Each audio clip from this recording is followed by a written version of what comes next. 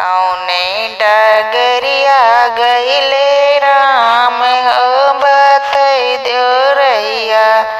कौने डगरिया गइले राम हो बतई दो रैया।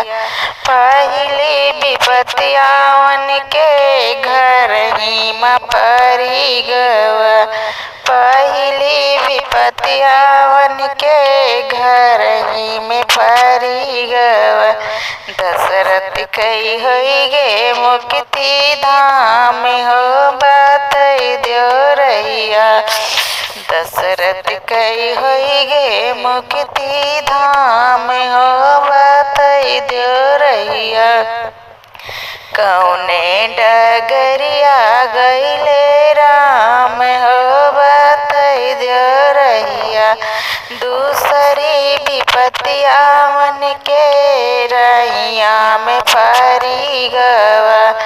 दूसरी विपत्तियावन के रैया में परी गवा। सीता का हर के लई गई रावणी हो बतई दो रैया। कौने डगरिया गइले राम हो बतई दो रैया। तीसरी विपत्तियावन के बन बीच परी गवा।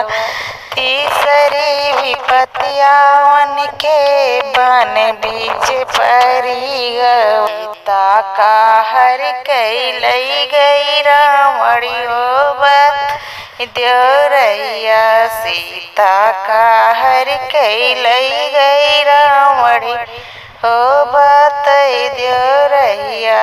कौने डगरिया गइले राम हो बतई दो रैया। चौथी विपत्तियावन के बन बीच परी गवा। लक्ष्मण के लागल सकती बाड़ी हो